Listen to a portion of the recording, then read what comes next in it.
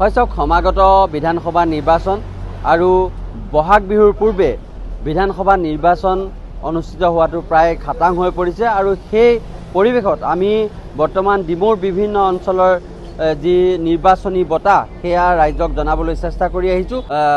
ইতিমধ্যে কেইদিনমান পূৰ্বে মুখ্যমন্ত্ৰী হিমন্ত বিশ্ব শৰ্মা আহি উপস্থিত হৈছিল আৰু যিজন চিটিং এমএলএ আছে সুশান্ত বৰগোহাঁয়ে প্ৰায় টিকট পোৱাটো নিশ্চিত হৈ পৰিছে বুলি তেওঁ ঘোষণা কৰি গৈছিল, কিন্তু সেই সময়তে আৰু কেইবাজনো টিকট প্ৰত্যাশী ইতিমধ্যে ডিমৌত আছে আৰু তাৰ মাজতে এজন আমি জনাব লাগিব যে ইয়াৰ পূৰ্বৰ যি বিধানসভা নিৰ্বাচন তাত যিজনে টিকট প্ৰত্যাশী আছিল যোগানন্দ কোঁৱৰ, সেই যোগানন্দ কোঁৱৰ আমাৰ সৈতে এই মুহূৰ্তত উপস্থিত আছে। মই আপোনাৰ পৰা প্ৰথমতে জানিব বিচাৰিম যে এইবাৰ আপুনি নিৰ্বাচনত বিধানসভা নিৰ্বাচনত টিকট বিচৰাৰ সম্ভাৱনা আছেনে নাই? টিকেট বিচাৰিছোঁ, আবেদন কৰিছোঁ টিকেটৰ কাৰণে, আৰু সেই অনুপাতে সমষ্টিৰ বিভিন্ন ঠাইত বা দলীয় কৰ্মকৰ্তাসকলক লগ ভাগ কৰি জনাইছোঁ। ওপৰ মহলৰ ৰাজ্যিক সভাপতি মহোদয়কে আদি কৰি বিভিন্নজনৰ লগত আলোচনা কৰিছোঁ, আশা কৰিছোঁ টিকেটটো দলে দিব বুলি। কিন্তু মই ইতিমধ্যে জনাইছোঁ যে আজি দুদিনৰ পূৰ্বে মুখ্যমন্ত্ৰী আহি ইয়াতে অনানুষ্ঠানিকভাৱে এটা ঘোষণা কৰিছিল যে যি সুশান্ত বৰগোহাঁয়ে বেলেগ ইয়াৰ পৰা কোনেও এপ্লাই নাই কৰা, যাৰ বাবে তেওঁ টিকট পোৱাটো নিশ্চিত হৈছে বুলি তেওঁ ঘোষণা কৰিছিল। এই বিষয়ত আপুনি কি ক'ব? আমাৰ দলৰ নিৰ্দিষ্ট নিয়ম আছে, মানে এটা নিৰ্বাচন আহিলে প্ৰাৰ্থী নিৰ্বাচনৰ কাৰণে আমাৰ ধৰক ৰাজ্যিক পৰ্যায়ত নিৰ্বাচন কমিটি আছে, আৰু এনেকুৱা ধৰণে নিৰ্বাচন কমিটিয়ে সময় যিটো ৰাখিছে, নিৰ্বাচন কমিটি মানে এপ্লাই কৰিবৰ কাৰণে এতিয়াও যথেষ্ট সময় বাকী আছে। মইতো আজি দিছোঁ আবেদন পত্ৰ, ইয়াৰ পাছতো 20 তাৰিখৰ আগলৈকে মানে আবেদন কৰিব বুলি পাৰিব বুলি আমাৰ ৰাজ্যিক নেতৃত্বই জনাইছে।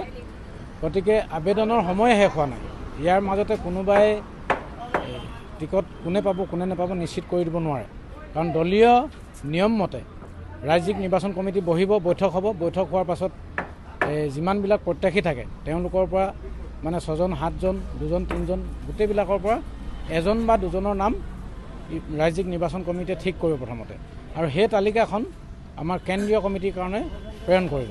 কেন্দ্ৰীয় সমিতিত ৰাজ্যিক কমিটিৰ মুৰব্বীসকলৰ লগতে আমাৰ নেশ্যনেল প্ৰেছিডেণ্ট, প্ৰধানমন্ত্ৰী ডাঙৰীয়া, গৃহমন্ত্ৰী ডাঙৰীয়া এনেকুৱা কৰি এখন বৈঠক চেণ্ট্ৰেলত হ'ব। সেই বৈঠকত যেতিয়া তালিকা চূড়ান্ত কৰি চহী হ'ব, তাৰ পাছতহে আমাৰ নিশ্চিতভাৱে প্ৰাৰ্থী তালিকা ঘোষণা হ'ব। এতিয়া কোনোবাই ক'লেই কোনোবা এজন নেতাই অকলেই প্ৰাৰ্থী তালিকা কেতিয়াও ঘোষণা কৰিব নোৱাৰে। ঠিক আছে, মই কৈছোঁ যে বিজেপি পুৰণি বিজেপিৰ সংঘাতটো এতিয়াৰ নহয়, বহুদিনৰ পৰা চলি আহিছে। সেই সময়ত আপুনি বহুদিনৰ পৰা বিজেপি দলৰ সৈতে জড়িত হৈ আহিছে, তাৰ সম্পৰ্কত আপুনি কি ক'ব? পুৰণি মানে একোটা দল বা সংগঠন হ'লেতো প্ৰথমতে কেইজনমানে আৰম্ভ কৰিব, তাৰপিছত বিভিন্ন সময়ত বিভিন্নজন আহিলেহে দলটো শক্তিশালী হ'ব। কাৰণ পুৰণি বুলি মুখে মুখে থাকিলেও ভিতৰুৱাকৈতো বহুত ডাঙৰ সংঘাত নহয়, হ'লেও এনেকুৱা হৈছে 2-4জনে ধৰক আগতে যেনেকুৱা ধৰণৰ নেতৃত্ব লৈছিলে, যিধৰণে সক্ৰিয়ভাৱে কাম কৰি আছিলে, এতিয়া কৰ্মী বেছি হোৱাৰ কাৰণে মানে দলৰ সদস্য সংখ্যা বেছি হোৱাৰ কাৰণে সকলোৱে সমভাৱে কাম কৰিবলৈ সুবিধা নোপোৱাৰ কাৰণে অলপ মানে মনত দুখ থকা 2-এজন ব্যক্তি নোহোৱা নহয় আছে, তথাপি পুৰণি বুলি কিবা ডাঙৰ সংঘাত যে আছে তেনেকুৱা নহয়। ঠিক আছে, মই এই মুহূৰ্তত কিছুমান নতুন ভোটাৰ আছে, তেওঁলোকৰ পৰাও মই মন্তব্য জানিব বিচাৰিম।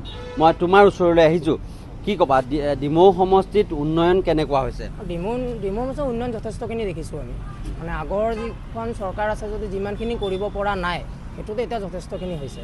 আৰু আজিৰ তাৰিখত বিৰোধী স্থিতি কি? বিৰোধী স্থিতি আমি তেনেকুৱা একো দেখা নাই, গতিকে আমাৰ যিজন বিধায়ক আছে তেওঁ থকাটোৱে আমি বিচাৰোঁ, তেওঁ থাকিলে আৰু যথেষ্টখিনি উন্নত হ'ব বুলি ভাবোঁ। ঠিক আছে, আৰু লোকৰ মই মন্তব্য গ্ৰহণ কৰিম। মই আপোনাৰ ওচৰলৈ আহিছোঁ, আজিৰ তাৰিখত শিৱসাগৰ জিলাৰ ডিমৌ যিটো নতুন সমষ্টি, এতিয়া ভোটাৰৰ সংখ্যা বৃদ্ধি পাইছে। ডিমৌ সমষ্টিত নিৰ্বাচনী কেনেকুৱা বতাহ কোনফালে বলিছে? ভাৰতীয় জনতা পাৰ্টীৰ বতাহ চলি আছে বৰ্তমান, আৰু বিৰোধীটো কোনো কামেই নাই। ধৰক তেনেকুৱা আজিলৈকে কোনো বুথৰ বা ক'তো প্ৰচাৰ চলোৱা দেখাও নাই। ভাৰতীয় জনতা পাৰ্টীৰ কাৰ্যকৰ্তাই সম্পূৰ্ণভাৱে ধুনীয়াকৈ মানে আকৌ 26 চনৰ নিৰ্বাচনত জয় লাভ কৰা প্ৰস্তুতি সম্পূৰ্ণ হৈ আছে মানে।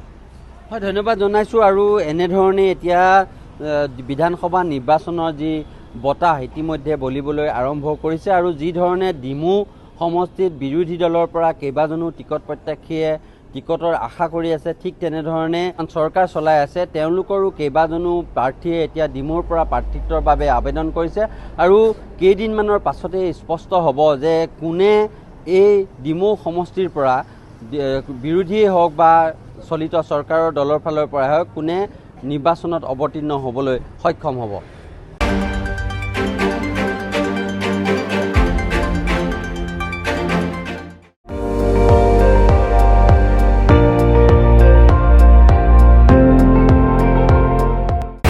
আপুনি চাই আছে ND24 সৰ্বশ্ৰেষ্ঠ নহয় সৰ্বোত্তমৰ দৌৰ।